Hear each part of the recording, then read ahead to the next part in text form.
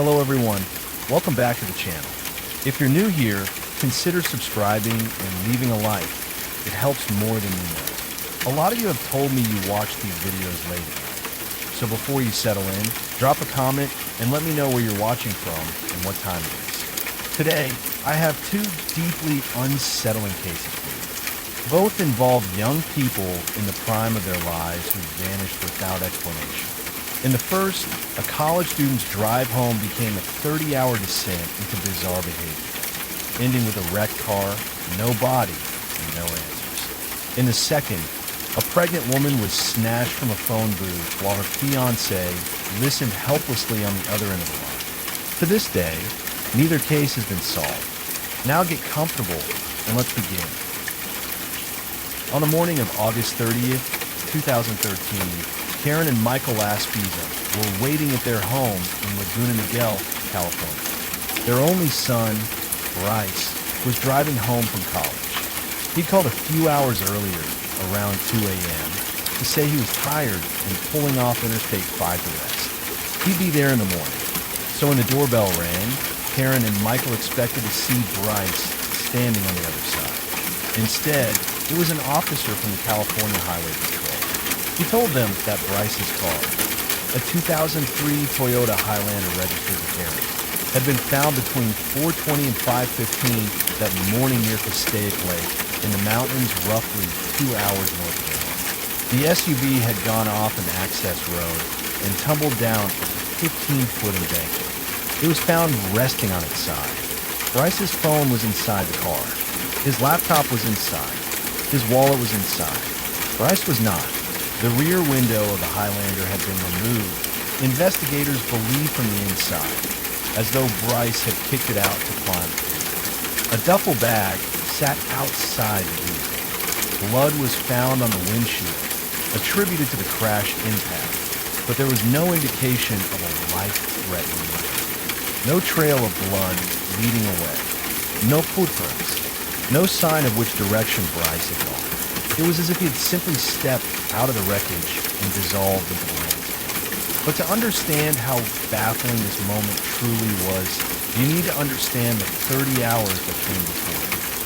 30 hours that still make no sense to anyone who has examined this case. Bryce David Laspiza was born on April 30th, 1994 in Springfield, Illinois. He was the only child of Karen and Michael, who were older parents, already well into their careers when Bryce came along. By all accounts, the family was tight. Bryce was described by those who knew him as intelligent, artistic, charismatic, and outgoing. He had a natural talent for drawing and design, and he loved gaming. He was the kind of person who made friends easily and left an impression on people. The Laspizas eventually moved to Laguna Niguel in Orange County, California, after Karen and Michael retired. In the fall of 2012, Bryce enrolled at Sierra College in Rockland, roughly 7 hours north of his parents' home. He chose to study graphic and industrial design. His freshman year went smoothly. He earned decent grades, became close friends with his roommate, a young man named Sean Dixon, and started dating a fellow student named Kim Slot. His parents spoke with him regularly. He seemed happy, motivated, and eager to keep going.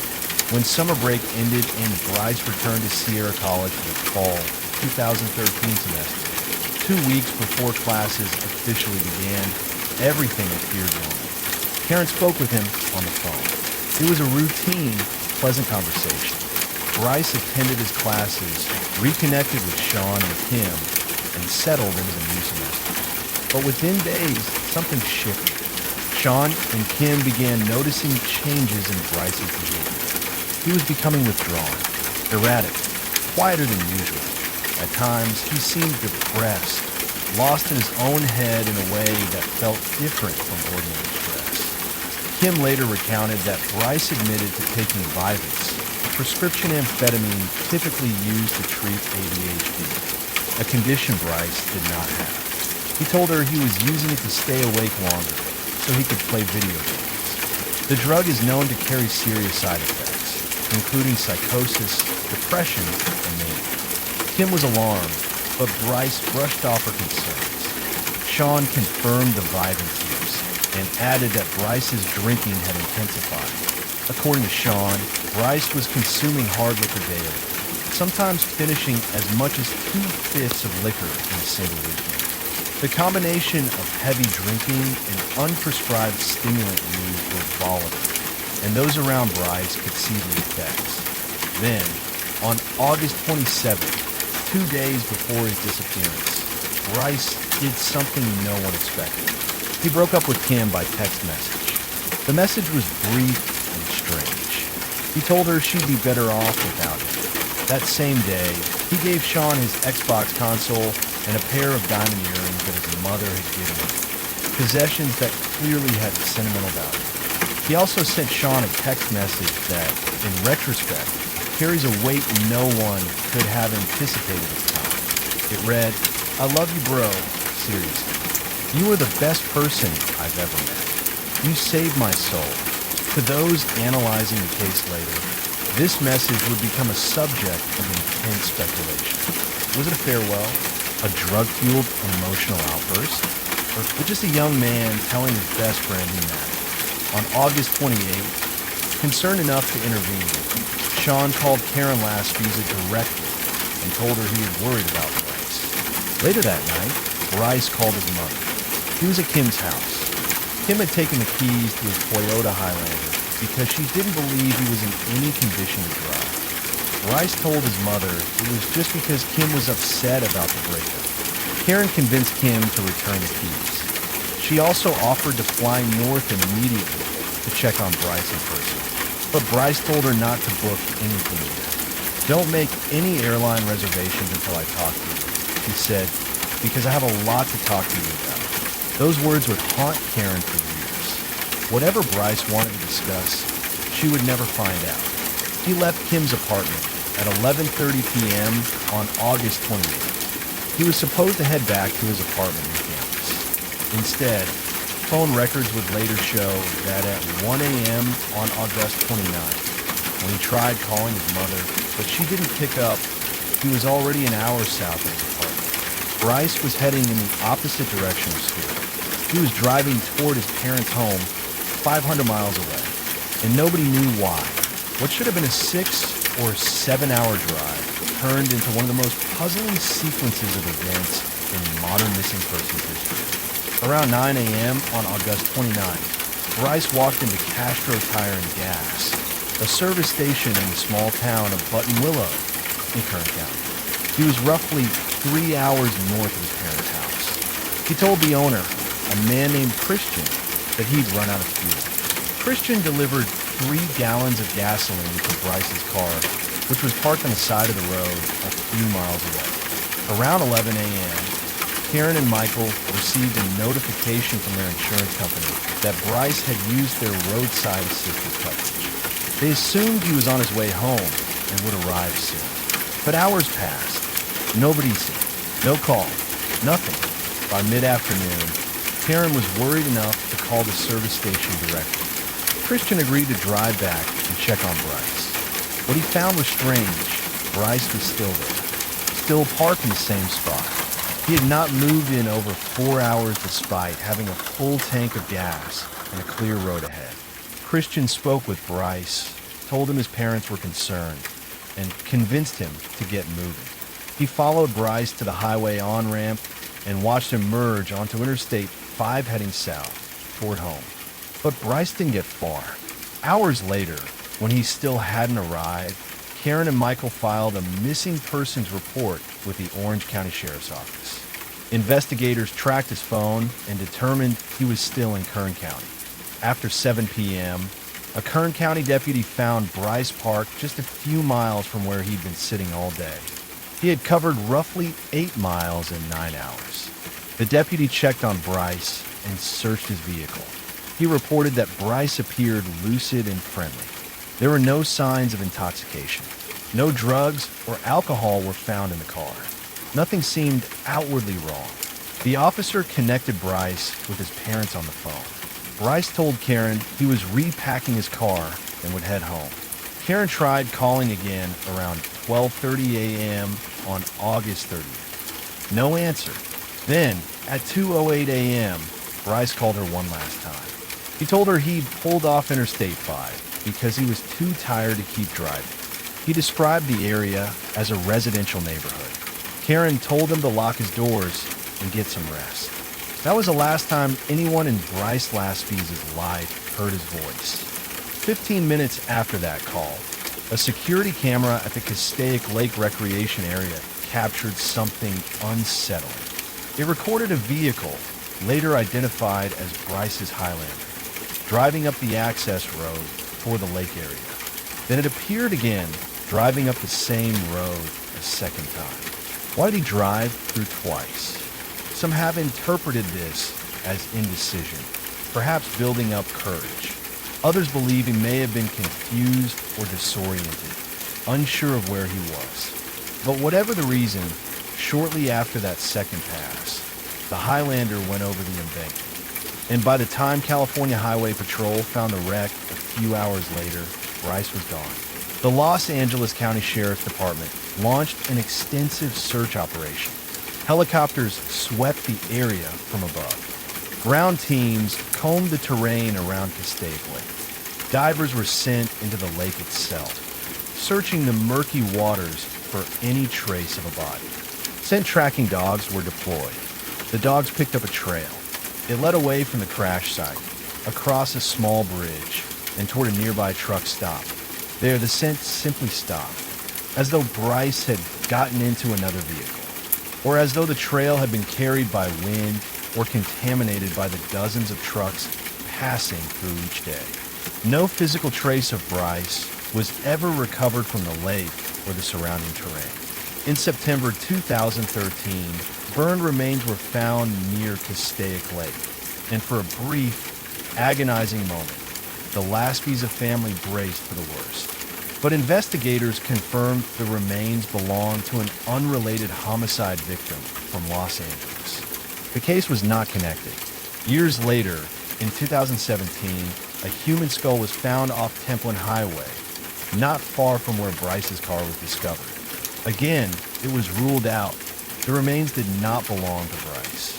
Search efforts over the years produced nothing. No confirmed sighting, no credit card activity, no digital footprint of any kind. It was as though Bryce Laspie's had ceased to exist on the morning of August 30th, 2013. The mystery of Bryce Laspie's has generated multiple theories, each supported by some evidence, but contradicted by other facts. No single explanation accounts for everything. The first and most painful theory is that Bryce took his own life. The behaviors in his final days, breaking up with Kim, giving away meaningful possessions, the emotional text to Sean, the cryptic comment about having a lot to talk about, fit a pattern that mental health professionals recognize. The security footage showing him driving toward the lake twice has been interpreted as hesitation before a deliberate act. Investigators noted that when the Highlander went off the embankment, it appeared to have accelerated intentionally. The cliff edge at that spot creates an optical illusion where the water appears much closer than it actually is. Under this theory, Bryce intended to drive into the lake. When the car came to rest on the hillside instead, he may have walked into the water on foot. But the lake was thoroughly searched. Divers found no body, no clothing, no trace. The scent dogs pointed away from the water, not toward it. The second theory is that Bryce experienced some form of psychotic break triggered by the combination of violence, alcohol, and possible withdrawal effects. Abrupt cessation of amphetamines can cause severe depression, confusion, and disorientation. His bizarre behavior during the drive, sitting motionless for hours, covering only 8 miles in 9 hours, driving through the same area twice, could all be symptoms of a mind in crisis. Under this theory, Bryce may have wandered away from the crash in a confused state and perished in a rugged wilderness surrounding Castaic Lake. The area is vast, with dense brush, steep ravines, and terrain that could easily conceal remains. The third theory is that Bryce chose to disappear. He left behind his phone, wallet, and laptop, the three things that would allow anyone to track him. His ID was reportedly missing from his belongings. The scent trail ending at a truck stop could suggest he hitched a ride. Under this theory, Bryce was in the grip of a personal crisis and decided to abandon his identity and start over somewhere else. His family's wealth, his stable upbringing, his promising future, none of it felt real to him anymore, and he walked away. Over the years, there have been reported sightings. One of the most widely circulated came in 2022 when a photograph taken in Missoula, Montana, showed a man who bore a striking resemblance to Bryce. A detective tracked the individual down and confirmed his identity. It wasn't Bryce. The resemblance, the detective noted, was astonishing, but it was simply a coincidence. As of today, more than 12 years after he vanished, Bryce Laspisa has never been found. No remains have been recovered. No confirmed sighting has ever been validated. His parents, Karen and Michael, have never stopped looking. They maintain a Facebook page dedicated to finding him and issue updated missing persons posters with age-progressed images showing what Bryce might look like now, in his early 30s. His case was featured in a 2016 episode of the television series Disappeared and has been covered extensively in podcasts and online communities. The case remains classified as an open missing person investigation with the Los Angeles County Sheriff's Department. Anyone with information is encouraged to call their tip line. What happened to Bryce Laspisa? Did he succumb to a crisis that claimed his life in the wilderness? Is he alive somewhere, living under a different name? Or is the truth something no one has considered yet? Over a decade later, those questions remain unanswered, and his parents still wait for the doorbell to ring. This second case takes us back further in time, to a small town in Missouri in 1991, a place where everyone knew everyone, where people didn't lock their doors, and where using a payphone on a Thursday night felt as safe as anything else. That feeling of safety was about to be shattered. Clinton, Missouri, is a quiet town in the heart of the Ozarks. In 1991, the population of the entire county was roughly 20,000 people. It was the kind of place where neighbors waved to each other from their front porches and teenagers spent their Friday nights cruising the town square. Violent crime was almost unheard of. 20-year-old Angela Marie Hammond, known to everyone as Angie, was a fixture of this community. She worked as a clerk at the Union State Bank, took college courses at Central Missouri State University 30 miles away in Warrensburg, and was known for her warm personality and easy smile. She stood just 4 feet 11 inches tall, had brown hair and brown eyes, and a small scar on her upper lip. In November of 1990, Angie met Rob Schaefer, an 18-year-old high school senior and multi-sport athlete who planned to enlist in the military after graduation. The two fell hard for each other. By January 1991, Angie discovered she was pregnant. Rob proposed, and she accepted. They moved into a small rented trailer and began planning their future together. Both families were thrilled. Life, by all appearances, was falling into place. On the evening of Thursday, April 4th, 1991, Angie and Rob spent the early part of their night at a barbecue. Around 9 o'clock or 10 p.m., Angie dropped Rob off at his parents' house so he could babysit his younger brother while his mother was at work. The plan was simple. Once Rob's mother got home, Angie would come back and they'd spend the rest of the evening together. After leaving Rob's, Angie spent some time with her friend Kyla. But by 11:15 p.m., Angie was tired. She was 4 months pregnant, after all. She stopped at a bank of payphones in a parking lot at the intersection of Jefferson and 2nd Street, just 7 blocks from Rob's house, and called him to say she was going to head home and take a bath instead of coming back over. It was a completely unremarkable decision. In a town like Clinton, stopping at a payphone late at night didn't feel dangerous.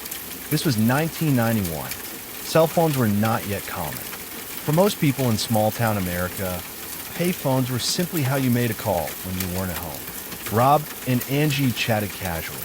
But then, Angie's tone changed. She told Rob that a truck was circling the parking lot. An older model pickup, green, possibly from the late 1960s or early 1970s. She said it had pulled up near the phone booths. A man got out. Angie described him quietly to Rob.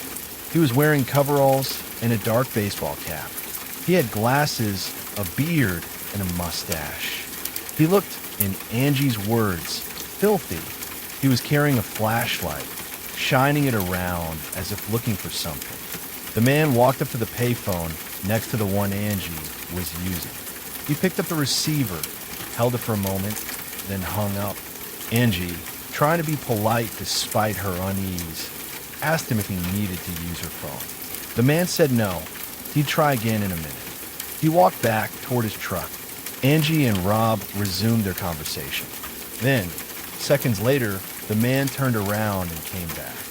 Rob heard Angie scream, and then a voice, not Angie's, came through the receiver. A man's voice, calm, almost casual. He said, "I didn't need to use the phone anyway." The line went dead. Rob dropped the phone. His heart pounding, he sprinted outside to his car and tore down the road toward the payphone 7 blocks away.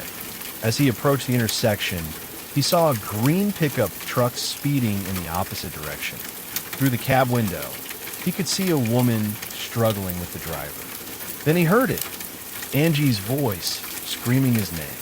Robbie, without thinking, Rob threw his car into reverse and spun around to give chase. But in his desperation, the violent maneuver damaged the car's transmission. The vehicle lurched and shuddered, but kept moving. Rob pursued the truck for roughly 2 miles as the roads turned from town streets to dark, rural lanes. Then the transmission gave out completely. The car stalled in the middle of the road. Rob sat there, helpless, watching the truck's taillights disappear into the darkness, carrying the woman he loved and their unborn child. Rob had no phone, no way to call for help. He was stranded on a dark road in the middle of the night. A passing motorist eventually stopped, and Rob asked to be taken to the police station. He arrived shortly after midnight and reported the abduction. Officers went to the payphone. Angie's car was still there, parked in a lot. Her purse was inside. Everything was left behind. There was no sign of struggle at the phones. No blood, no torn clothing, just an empty receiver dangling off the hook. Angela Hammond was gone. Clinton police launched an immediate search. The description Rob provided of the truck was specific: a late 1960s or early 1970s green Ford F, 150 pickup with a distinctive window decal on the rear glass depicting a fish jumping out of water. The truck possibly had a white top and damage to its left front fender. 2 witnesses came forward independently, reporting that they had seen a man matching the suspect's description sitting in a similar truck near the payphones between 11:30 and 11:45 p.m., shortly before the abduction. Their descriptions closely matched what Angie had told Rob over the phone. The Missouri State Highway Patrol joined the investigation and checked records for over 1,600 trucks that matched the description. Every one of them was ruled out. The truck, like its driver, seemed to have vanished. Rob Schaefer was, naturally, examined as a potential suspect. In any case involving a missing partner, the significant other is always scrutinized first. Rob volunteered to take a polygraph test and passed. Police examined his car and confirmed the transmission damage was consistent with his account. Investigators also verified his story through the timeline: the distance between his house and the payphone, the location where his car broke down, and the statements of the motorist who picked him up. Within a week, Rob was cleared of any involvement. Angie's mother, Marcia Cook, never doubted him.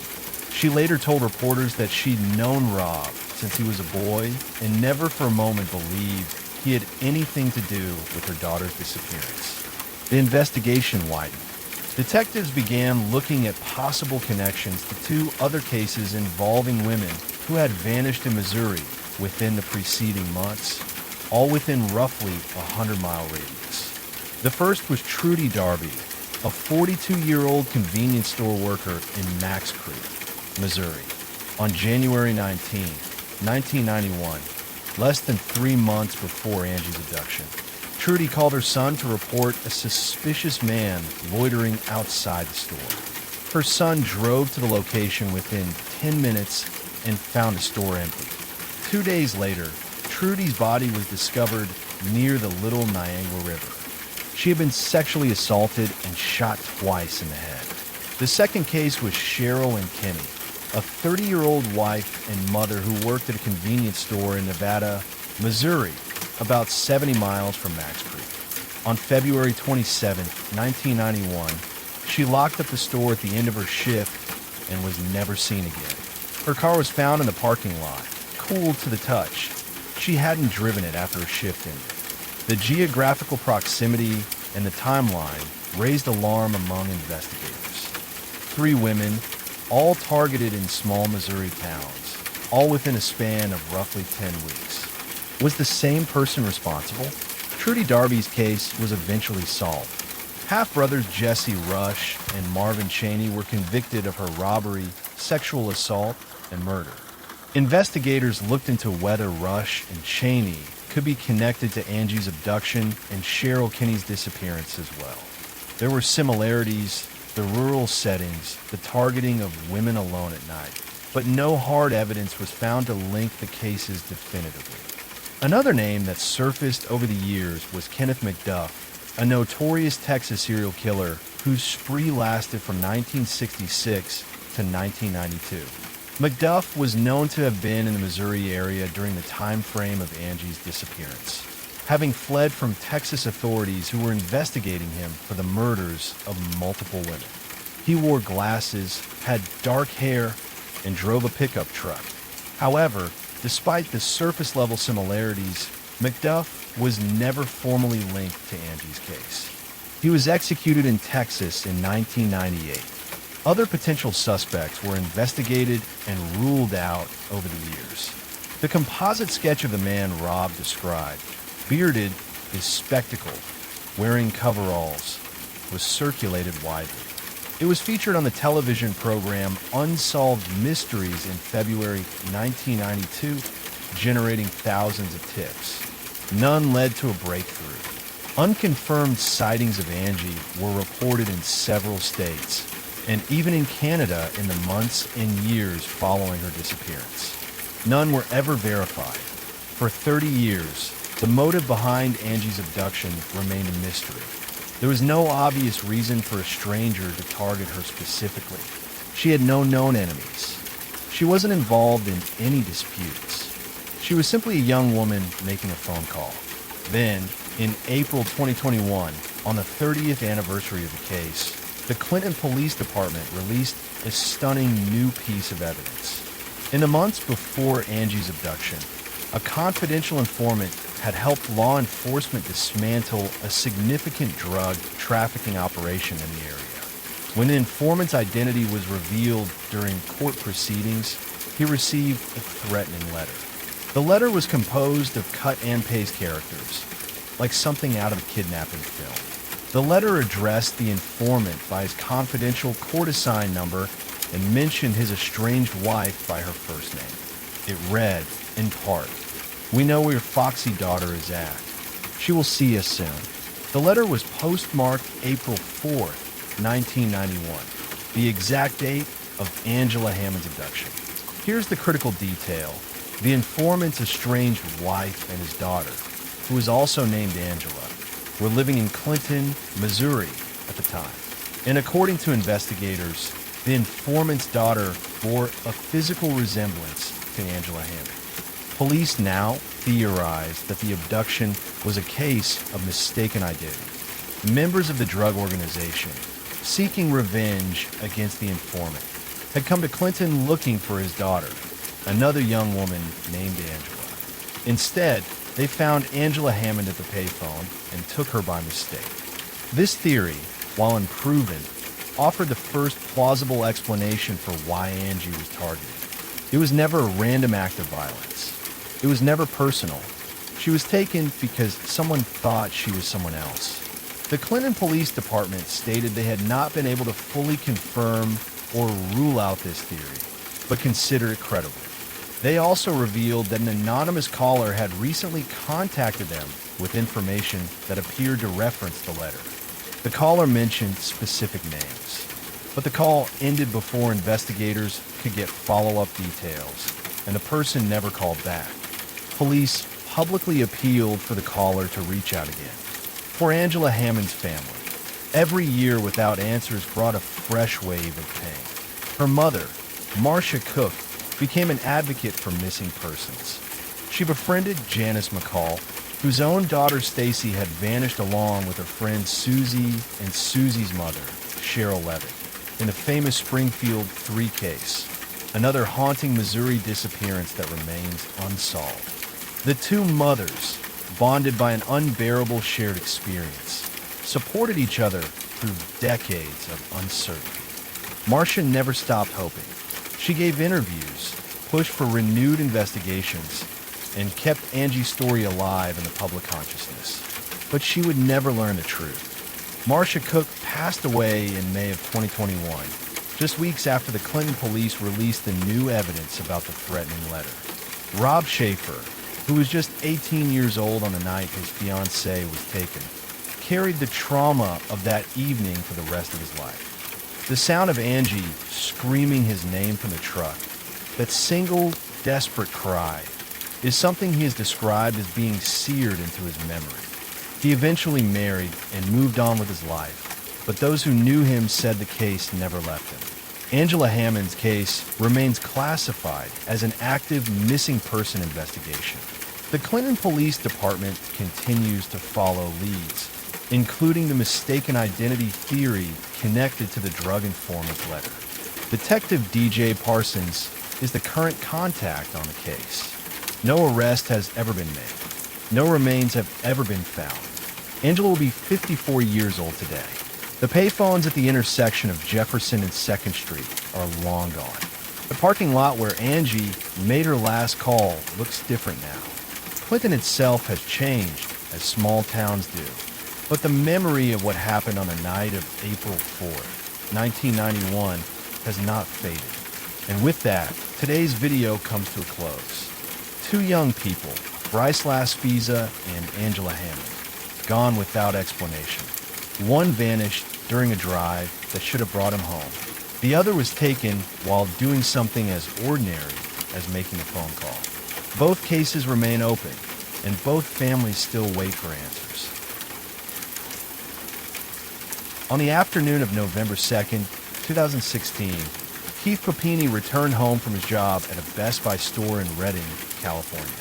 What he found immediately unsettled him. His two young children, a son and a daughter, were still at daycare, but his wife, Sherry, was supposed to have picked them up. She hadn't. The house was empty.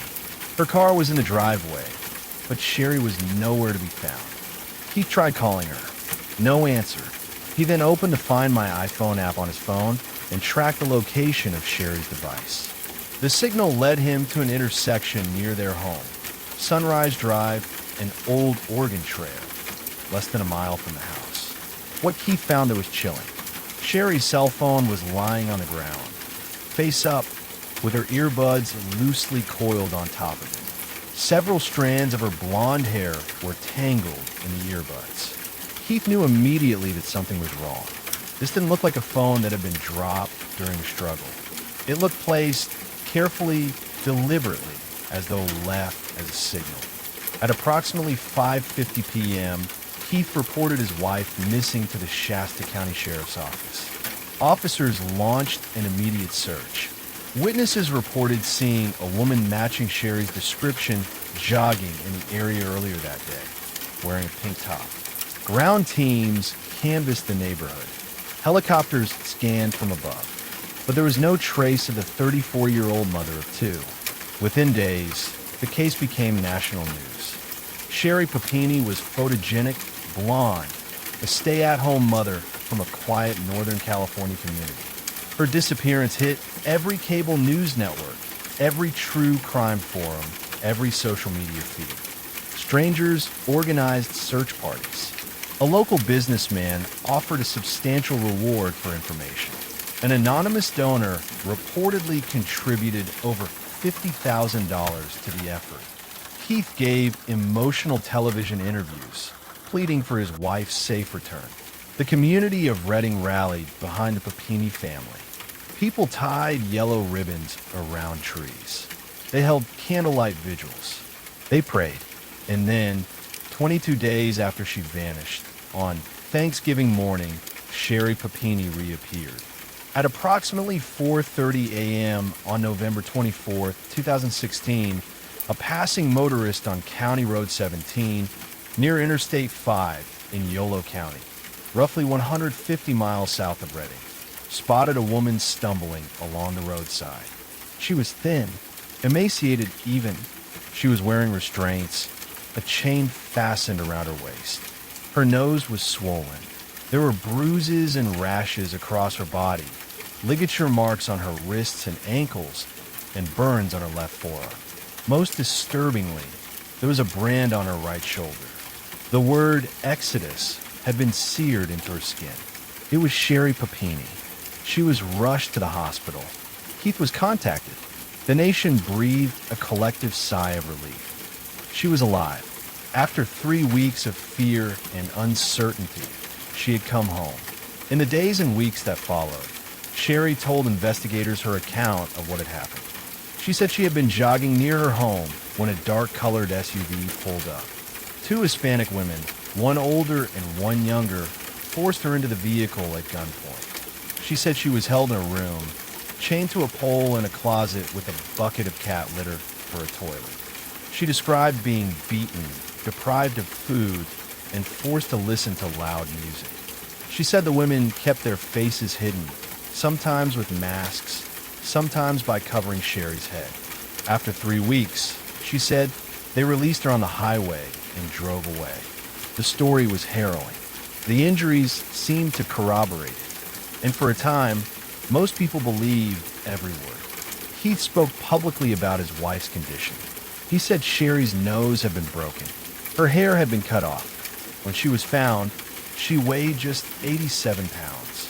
He described the brand on her shoulder and said the captors had beaten her repeatedly. The family asked for privacy as Sherry recovered from her ordeal. Composite sketches of the 2 alleged female captors were released to the public roughly a year later, based on descriptions Sherry provided. The search for these women became a major investigative priority. Law enforcement spent hundreds of hours following leads, chasing tips, and running down suspects across multiple states. But behind the scenes, from the very beginning, something didn't sit right with investigators. The first and most obvious red flag was the phone. FBI Special Agent Courtney Lanto noted in an affidavit that Keith Papini himself found the way the phone was positioned strange. It was face up with the earbuds neatly arranged on top of it. If someone is grabbed in a violent abduction while jogging, their phone doesn't land like that. It lands wherever momentum takes it. This phone looks staged. The second red flag was Sherry's description of her captors. She claimed 2 Hispanic women had taken her, but investigators found no physical evidence supporting this. Forensic analysis of the clothing Sherry was wearing when she was found revealed DNA from 2 sources. One male, one female. Neither matched Keith, and neither matched Sherry. The female DNA was found on her body. The male DNA was found on her clothing. When the samples were run through the FBI's combined DNA index system, there were no matches. The case stalled. A third red flag emerged when investigators examined Sherry's cell phone records. 2 phone numbers saved under women's names in her contacts actually belonged to men. Sherry had been communicating with people her husband apparently didn't know about. Then there were inconsistencies in her story. In some tellings, the brand was a punishment for trying to escape. In others, the details shifted. She claimed difficulty remembering certain events, but recalled other moments in vivid detail. She described hearing that really annoying Mexican music being played loudly by her captors, a description that would later draw criticism for its racial undertones and for casting suspicion on the Latino community in the Redding area. The composite sketches of her alleged captors rattled the local Hispanic population. Members of the Northern Hispanic Latino Coalition reported that Latino women in the area feared they might be mistaken for the suspects. Investigators had essentially been given phantom descriptions of people who didn't exist, and real people bore the consequences. Despite these doubts, the investigation moved slowly. Sherry stuck to her story. In 2017, she applied for and received over $30,000 from the California Victim Compensation Board, money she used for therapy sessions, ambulance bills, and home improvements. She also received Social Security disability income. She committed to the narrative fully, living as a victim in every sense of the word. For years, the case went cold. The two Hispanic women were never found. No vehicle was identified. No location where Sherry had allegedly been held was ever discovered. Then came the breakthrough. In the years following Sherry's return, investigators kept working the case quietly. The male DNA found on her clothing remained an open question, a thread that, if pulled, could unravel everything. By 2020, advances in forensic technology and database expansion finally produced a lead. The FBI matched the male DNA to a man named James Reyes, an ex-boyfriend of Sherry's from roughly 15 years earlier. They had dated before she met Keith. Investigators tracked Reyes down and brought him in for questioning. What he told them blew the case wide open. Reyes said that Sherry had contacted him in the weeks before her disappearance. According to him, she said she needed to get away from her husband. She told him her marriage was unhealthy and that she was afraid. She asked for help. Reyes, who said he still cared about her, agreed. On November 2nd, 2016, the day Sherry disappeared, Reyes drove hundreds of miles from his home in Costa Mesa in Southern California to pick her up. Sherry got into his car. He drove her back to his apartment. She stayed with him for the next 22 days. During that time, according to Reyes, Sherry was not restrained. She was not held against her will. She came and went as she pleased. She was free to leave at any time. He said he believed he was helping her escape a bad situation, not participating in a hoax. But then came the details that left investigators stunned. Reyes told them that Sherry asked him to inflict injuries on her so her story would be believable when she went back. He said she asked him to hit her, but he refused. Instead, she persuaded him to hold a hockey stick while she ran into it to create bruises. He said he pelted her with hockey pucks at her request. And the brand, the word Exodus, burned into her shoulder. Reyes said Sherry asked him to do that, too. He also told investigators that Sherry appeared to be deliberately starving herself during her stay, losing weight rapidly so that she would look emaciated when she returned. She was manufacturing the evidence of her own victimhood, detail by excruciating detail. When Sherry was ready to go home, Reyes drove her to the stretch of highway near Interstate 5 and dropped her off. She put on restraints that had been prepared in advance, and she waited for someone to find her. It had all been a performance. Reyes was cooperative throughout the investigation and passed a polygraph test. He was not charged with any crime. Armed with Reyes's account, investigators called Sherry in for another interview in August 2020. Her husband Keith sat beside her. They told Sherry they had matched the DNA on her clothing to James Reyes. They told her that Reyes had shared his version of events. They laid the evidence in front of her. Sherry deflected. She insisted that she had flirted with other men, but maintained that two women had kidnapped her. She seemed unable to accept that the wall of lies she had built over 4 years was crumbling. Keith Papini sat in shock. According to investigators, at one point he stood up and walked out of the room. He later told investigators words that carried the weight of years of deception. He said he felt like the fool who stayed the whole time, the husband who believed, who fought for her, who stood beside her on national television and pleaded for her safe return, while the whole thing had been fabricated. The investigation continued for another year and a half. Then, on March 3rd, 2022, more than 5 years after her disappearance, the FBI arrested Sherry Papini at her home. She was charged with making false statements to federal agents and mail fraud. The fraud charges stemmed from a more than $30,000 she had collected from the state's victim compensation program for a crime that never happened. 6 weeks later, Sherry signed a plea deal. She pleaded guilty to 1 count of making false statements and 1 count of mail fraud. 33 additional counts of mail fraud were dropped as part of the agreement. Days after the guilty plea, Keith filed for divorce and requested sole custody of their 2 children. On September 19, 2022, Sherry Papini stood before U.S. District Judge William Shove for sentencing. Before the judge spoke, Sherry addressed the court. She was tearful. She told the judge she accepted full responsibility.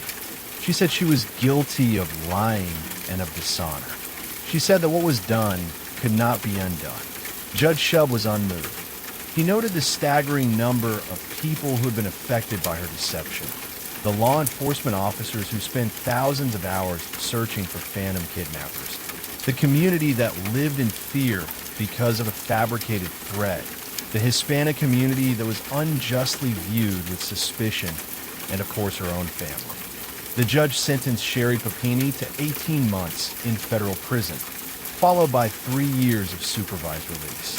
She was ordered to pay approximately $310,000 in restitution, covering the costs of the multi-agency investigation she had triggered, the victim compensation money she had fraudulently received, and the disability payments she had collected. Sherry was released from prison in August 2023 and placed in community confinement in Sacramento County. Her full release came in October of that year. The fallout from the case extended far beyond Sherry herself. The Redding community felt betrayed. People who had donated money, organized searches, and tied ribbons around trees felt that their compassion had been exploited. The Latino community, which had endured months of unwarranted suspicion, was left with justified anger. Keith Papini, who has since spoken publicly for the first time since the arrest, said the deception still haunts him. He said that every single day, Sherry committed to the lie. He said she made everyone believe the story was true. Her husband, her children, her parents, the police, the entire nation. Their children, now under Keith's custody, are the ones who bear the heaviest cost. They will grow up knowing that their mother's most public moment, the moment the world watched and worried and prayed, was a fabrication. The question that haunted this case from the moment the truth emerged was simply, why? Sherry Papini never provided a coherent explanation. Her defense attorney cited long-standing mental health issues and described what he called a fierce storm inside her mind. Prosecutors called the hoax deliberate, well-planned, and sophisticated. The judge and the assistant U.S. attorney both suggested that even Sherry's tearful courtroom statement was itself a form of manipulation. At sentencing, the prosecutor stated that even independent mental health experts could not identify a typical diagnosis that explained Sherry's behavior.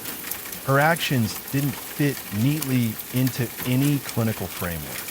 She had spent months planning the disappearance. She had abandoned her young children.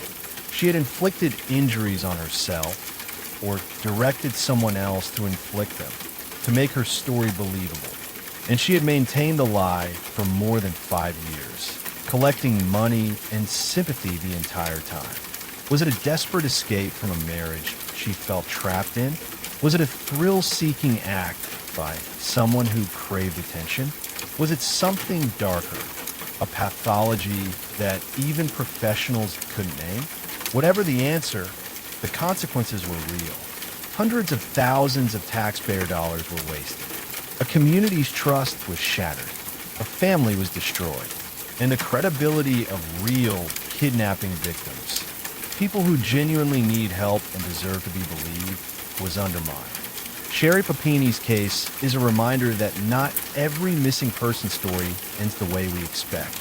Sometimes the truth is more disturbing than the disappearance itself. And with that, today's video comes to a close.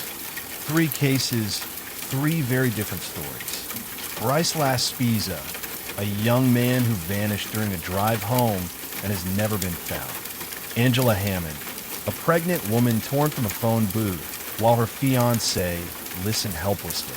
And Sherry Papini, a woman whose disappearance captivated the nation until the truth revealed something no one wanted to believe. 2 of these cases remain open. One was solved in the most unexpected way possible. If any of these stories resonated with you, share this video. You never know who might see it and remember something that matters. Thank you for watching, and I'll see you in the next one. Stay safe.